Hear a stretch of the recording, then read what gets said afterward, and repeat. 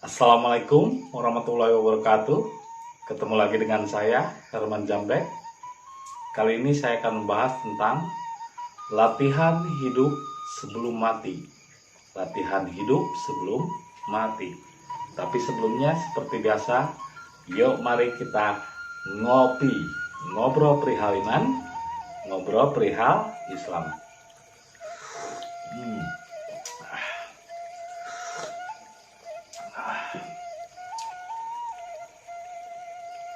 Kenapa saya katakan latihan, bukan pelajaran? Jadi hakikat dan makrifat tidak bisa dipelajari, karena itu bukan pelajaran, tapi itu adalah hasil dari pelatihan. Apapun yang saya sampaikan, itu bukan hakikat dan makrifat, tapi syariat. Jadi apapun yang disampaikan itu syariat. Jadi syariat itu adalah cara berpikir, jalan berpikir yang mengarah kepada hakikat dan makrifat. Tapi bukan hakikat dan makrifat itu sendiri. Ini adalah syariat hakikat, syariat makrifat. Sedangkan hakikat dan makrifat itu sendiri itu tidak akan bisa diterjemahkan dan diteorikan oleh akal pikiran, karena hakikat dan makrifat bukan pelajaran, bukan sesuatu yang dapat dipahami dengan akal. Jadi sesuatu yang hanya bisa dipahami ketika Anda sudah mengerjakannya. Kalau Anda belum mengerjakannya, maka akan menjadi dongeng saja, seperti para ahli kitab yang mendongeng tentang surga dan neraka, padahal belum dialami dan belum dilakukan. Nah, yang disebut hakikat dan makrifat adalah sesuatu yang dilatih, sesuatu yang dipraktekkan, jadi tidak bisa diteorikan. Apalagi tentang ketuhanan. Tentang ketuhanan itu nggak bisa diteorikan dengan akal apapun. Karena apa? Karena akal ini hanya untuk urusan dunia. Akal ini adalah syariat, sirot. Sirot itu jalan pikiran. Jadi kalau memahami Tuhan dengan syariat, hanya memahami jalannya saja, tapi tidak tahu rasanya. Jadi jalan pikiran ini sebaiknya dipakai untuk memahami keduniaan saja. Dipakai untuk memahami ekonomi, sosial, physical distancing, virus corona itu kan bisa dipahami, wujudnya, bentuknya ada. Bekerja dan lain sebagainya. Seperti sekarang saya bekerja work at home misalnya. Ya kan? Sekarang kan lagi marak-maraknya virus corona, terjadi lockdown.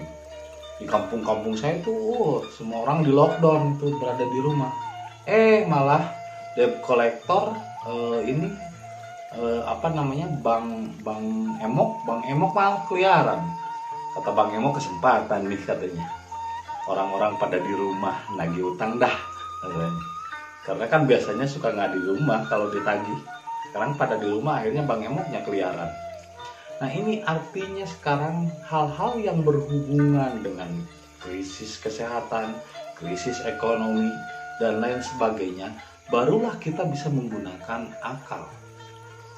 Karena itu memang sesuatu yang hanya bisa dipahami oleh akal. Syariat artinya jalan pikiran, tapi ketuhanan dipahami oleh akal. Ujung-ujungnya menyembah berhala, menyembah angan-angan. Karena akal itu butuh wujud, butuh sosok, butuh kiblat, butuh suatu arah, butuh sosok, butuh batu, patung atau apa untuk disembah. Ini wujud pikiran itu nggak mungkin, karena butuh hal yang rasional. Jadi ketika berbicara Tuhan, harus berhadapan ke sini, harus begini tata caranya. Padahal memahami ketuhanan dengan akal yang dipahami itu sebetulnya tidak menyembah Tuhan, tapi menyembah angan-angan, menyembah akal pikiran. Jelas hakikat makrifat tidak bisa dipahami dengan akal dan tidak bisa diterjemahkan oleh akal, tapi diterima oleh setiap akal. Ngerti nggak maksudnya? Jadi hakikat dan makrifat hanya bisa dilaksanakan, diperbuat. Setelah dirasakan, diperbuat, akhirnya mengendaplah jadi satu pengalaman individu. Dikukuhkan dalam setiap diri, lalu diucapkanlah. Dia hanya menjadi corong, lalu orang menyebutnya Nabi dan Rasul. Jadi, apapun yang diungkapkan oleh Nabi Isa pada zamannya, sesuai pada zamannya, ketika muncul Nabi Muhammad, itu tidak berlaku lagi apa yang disampaikan oleh Nabi Isa. Karena berbeda zaman dan berbeda cara berpikir dan berbeda juga praktek yang dilakukan oleh Isa dengan Muhammad. Begitupun sebelumnya, apa yang dilakukan oleh Ibrahim tidak sesuai ketika Ibrahim sudah meninggal dan muncul Nabi Isa. Nabi Isa ketika Nabi Isa hidup sesuai, tapi ketika Nabi Isa meninggal muncul Nabi Muhammad, maka gantilah yang baru. Artinya setiap per dekade sekali Allah menurunkan utusan-utusannya. Maka utusan-utusan yang lama bukan berarti tidak lagi berguna, tapi sudah ketinggalan zaman, tidak diupdate. Kalaupun ada orang yang masih menggunakan itu, ya silahkan saja. Kita tidak menyalahkan. Misalnya orang terbiasa menggunakan gerobak untuk mengangkut barang. Sedangkan sekarang zaman orang sudah menggunakan Gokar, Grab, Gobak, atau misalnya kita punya mobil bak, ya nggak perlu lagi pakai gerobak, didorong-dorong. Nah ini yang disebut spiritual adalah perkembangan akselerasi zaman, mengikuti perkembangan dan pertumbuhan zaman. Kalaupun orang memaksa ingin memakai gerobak, ya silahkan saja, tapi saya tidak menyalahkan mereka yang masih di tahapan syariat. Istilahnya orang nggak mungkin bisa disebut kuliah kalau dia tidak pernah ngalamin SD. Jadi gini, ini ada kasus gini. Saya bilang kita itu untuk menjadi diri sendiri, tidak ikut-ikutan, tidak Arab, tidak harus berpakaian Arab agar terlihat soleh. Nanti kalau misalnya yang kalau Anda berpikir untuk masuk surga dengan berpakaian Arab, jangan-jangan nanti yang masuk surganya pakaiannya, sedangkan dirinya masuk angin. Nah, ketika saya mengungkapkan kata-kata itu banyak yang marah, oh kamu benci Arab. Tidak, saya tidak benci Arab. Saya tidak benci produk Arab, silahkan saja. Kalau Anda masih suka ikut-ikutan, cuman yang ikut-ikutan dan tidak menjadi dirinya sendiri itu adalah kerbau. Lagi-lagi ada lagi yang orang beranggapan, oh berarti kamu menganggap Rasul kita kerbau, kamu menganggap ajaran kita kerbau. Salah lagi kan. Inilah kenapa kita perlu berpikir cerdas dan berpikir jernih. Di situ kenapa kalau sebelum sholat kita harus wudhu. Wudhu itu bukan membersihkan tangan, bukan membersihkan mulut, bukan membersihkan muka, tapi mensucikan congornya, mencongor mulut, omongan. Jangan sampai memfitnah. Jangan sampai suka terhadap berita hoak dan kebencian. Katanya mau sholat hubungan dengan Allah, tapi hati, pikiran, dan nafsu kita tidak wudhu, tidak disucikan. Wudhu itu disucikan. Tidak berpikir buruk, tidak berprasangka buruk. Bukan berarti orang yang berbeda jalan dan memilih jalan berbeda itu salah. Saya malah ketika ada penjahat saja saya menganggapnya proses, tidak menyalahkan. Nah, terus misalnya ada durian yang belum matang, masa kita paksa untuk jatuh durian itu, nanti juga nggak enak, mengkel. Nah ini maksud saya. Jadi dalam syariat itu juga ada step, ada tahapan, di mana orang mungkin perlu juga tahapan syariat, tarekat, tapi paling tidak mentok di tarekat, karena itu hanya di olahan akal pikir. Jadi syariat, hakikat dan makrifat tidak ada ajaran, itu adalah sebuah praktek. Tapi ketika dia menyampaikan sesuatu, itu sebetulnya tidak selalu berarti kebenaran itu harus mutlak sama. Sama seperti ketika Nabi Musa berguru kepada Khidir. Kata Khidir kepada Musa, tapi kamu jangan bertanya. Tiba-tiba Khidir, ada anak kecil dibunuh, ada rumah dirobohkan, ada kapal dibolongin. Kan otomatis Musa bertanya, ini kenapa nih orang? Nah setelah itu barulah dijelaskan, anak kecil itu nanti dia akan menjadi pembangkang dan membunuh orang tuanya. Sebelum terjadi saya bunuh dulu. Nah rumah itu akan dipakai sesembahan menjadi kiblat orang untuk ibadah kepadanya. Sebelum terjadi kemusyrikan saya robohkan dulu rumah itu. Terus kapal itu dibolongin karena akan dipakai untuk orang berlayar dan nanti akan tenggelam dan orang akan mati dan dirampok di tengah jalan. Sebelum terjadi itu saya robohkan. Artinya apa yang dipahami Musa tidaklah sama dengan apa yang dipahami oleh Khidir. Jadi kebenaran dalam hakikat dan ma'rifat justru berkembang dan berbeda-beda tergantung kebiasaan, tergantung tradisinya, tergantung dari cara berpikir lingkungannya yang membentuknya. Sehingga saya tidak memaksakan Anda agar seragam cara berpikirnya dengan saya. Kalau saya memaksakan Anda agar cara berpikirnya seperti saya, itu sama saja seperti anak TK. Anak TK itu anak tukang kupar kapir sama orang. Beda paham sedikit, kafir. Nggak sesuai dan nggak sama dengan pemikirannya, kafir. Itu anak TK. Jadi harus seragam kalau TK itu. Nah kalau berketuhanan itu variasi. Karena mentimun tidak bisa dipaksa untuk tumbuh seperti cabai. Tapi untuk tahu tentang hakikat dan makrifat itu tidak bisa diketahui oleh akal pikiran, tidak bisa dipelajari.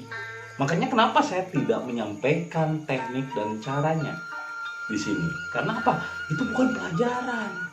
Saya hanya istilahnya hanya menuduhkan, hanya memperlihatkan jalannya. Kalau jalan berarti kan syariat, jalan pikiran, tarekat, jalan hati. Lalu bisa nggak bang dengan niat ya Allah aku berserah diri? Ya kalau berserah diri tapi ternyata masih diperintah oleh hati, diwirid oleh hati, diperintah oleh pikiran, percuma. Itu sama saja memadamkan api dengan bensin.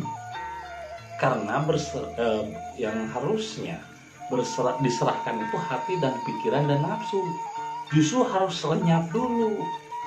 Niat, oh saya ingin berserah diri, saya ingin menyerahkan seluruhnya kepada Tuhan, tapi diperintah sama pikiran, sia-sia. Dan itu memang perlu sebuah praktek dan perlu sebuah pelatihan, dan ada pelatih pembimbing yang memang harus melatih caranya. Seperti hakikat marifat itu seperti cara mengendarai motor atau cara mengendarai sepeda ketika Anda belajar sepeda pertama. Itu bukan teori, itu bukan ajaran, itu bukan sesuatu yang harus dipahami oleh akal, tapi sesuatu yang harus diketahui selahnya, terus dipraktekkan. Bahkan mungkin pernah jatuh berkali-kali ketika Anda pertama kali belajar cara mengendarai sepeda. Jadi itu bukan pelajaran, itu bukan teori, tapi itu adalah praktek yang harus dilakukan. Jadi hakikat makrifat bukan teori.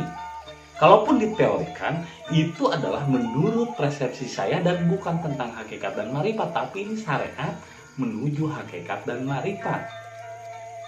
Ingat, ini adalah jalan pikiran syariat untuk memahami hakikat dan makrifat. Tapi untuk tahu hakikat dan makrifat untuk bisa merasakannya, tidak bisa dipahami dengan teori. Tidak bisa dipahami, saya jelaskan begini caranya, begitu, nggak bisa. Itu harus ada pelatihan. Sama seperti Ronaldo ketika dia ingin jadi pesepak bola, tetap saja dia harus sekolah dulu. Tetap saja dia harus latihan dulu. Ada pelatihnya yang melatih dia. Bahkan yang menentukan sukses dan tidaknya pemain malah ditentukan sama pelatih. Pelatih yang hebat akan menghasilkan pemain-pemain yang hebat. Di samping itu juga memang ada bakat dari pemainnya itu. Artinya berarti latihan kejiwaan atau misalnya melatih jiwa itu tidak bisa dipelajari. Jadi ingat, tidak bisa dipelajari. Nah, dan bukan belajar mati sebelum mati, kata yang tepat untuk itu adalah melatih hidup sebelum mati. Yang hidup itu sebetulnya jiwa. Jiwa ini harusnya hidup dan bangkit. Inilah kiamat. Bagaimana membangkitkan jiwa? Bagaimana kiamat diri? Nah, ini harus dilatih, tidak bisa diteorikan. Maka saya menyebutnya latihan hidup sebelum mati. Bukan belajar mati sebelum mati, tapi latihan hidup sebelum mati. Bagaimana melatih supaya jiwa yang hidup. Seperti saya ketika berbicara kepada Anda ini adalah jiwa.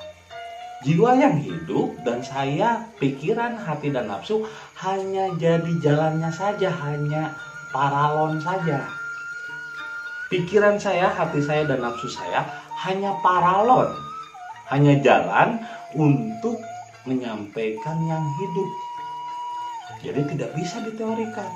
Atau Anda meniru-niru berceramah seperti apa yang saya sampaikan, tidak bisa. Karena saya kalau ceramah nggak pernah di konsep, nggak pernah ditulis dulu saya mau nyampein apa, enggak. Tiba-tiba muncul begitu saja dan disampaikan begitu saja. Jadi mungkin bagi Anda yang berharap saya menyampaikan tata cara dan teori berserah diri itu seperti apa, hakikat dan marifat itu seperti apa, maaf, saya nggak bisa menyampaikan teori ini di internet, karena itu bukan teori. Itu sesuatu yang harus dilatih, dipraktekkan. Dan Anda harus membiasakan diri, seperti membiasakan diri berbagi, membiasakan diri untuk wudhu. Wudhu itu suci hati, pikiran, dan nafsu kita dari prasangka buruk pada orang. Orang yang berbeda paham kita, nggak usah kita benci. Bagaimana kita akan kontak dengan Allah yang Maha Suci, Al-Qudus, kalau hati, pikiran, dan nafsu kita masih membenci perbedaan, masih menginginkan orang agar sama ibadahnya pada Tuhan. Ini kayak anak TK harus seragam, tukang kupar kapir, anak TK. Kalau kita udah universitas nggak pakai seragam, bro, bebas. Kita ini universitas Tuhan, tidak perlu pakai seragam, tidak perlu harus secara berpikirnya sama, tidak perlu tata caranya, harus wirid ini, harus wirid itu. Itu kebodohan. Itu sama dengan menjangkau Tuhan dengan akal dan hati dan nafsu. Tidak bisa diseragamkan, tidak bisa diwiridkan, tidak bisa diucapkan dengan niat hati, aku berserah kepadamu, aku berserah kepadamu, tapi diperintah sama hati, pikiran, dan nafsu. Tidak bisa. Ini ada satu jeda, ada satu selah yang memang tidak bisa saya sampaikan. Dan kalau Anda butuh, Anda harus datang sendiri ke rumah saya, bukan saya. Saya kan ibaratnya istilah sumur. Masa sumur teriak-teriak nyari gayung? Masa tuh sumur teriak-teriak nyari ember? Ada juga ember dan gayung menghampiri sumur. Sumur tidak teriak-teriak nyari gayung dan ember. Ya, jadi ini tidak bisa diteorikan. Jadi belajar untuk mengetahui hidup itu kan jiwa, itu harus dilatih. Maka bahasanya bukanlah belajar mati sebelum mati, tapi latihan hidup sebelum mati. Begitu saja yang bisa saya sampaikan hari ini. Semoga dapat menjadi inspirasi dan hidayah bagi kita semua. Terima kasih atas kesetiaannya menonton video saya. Assalamualaikum warahmatullahi wabarakatuh.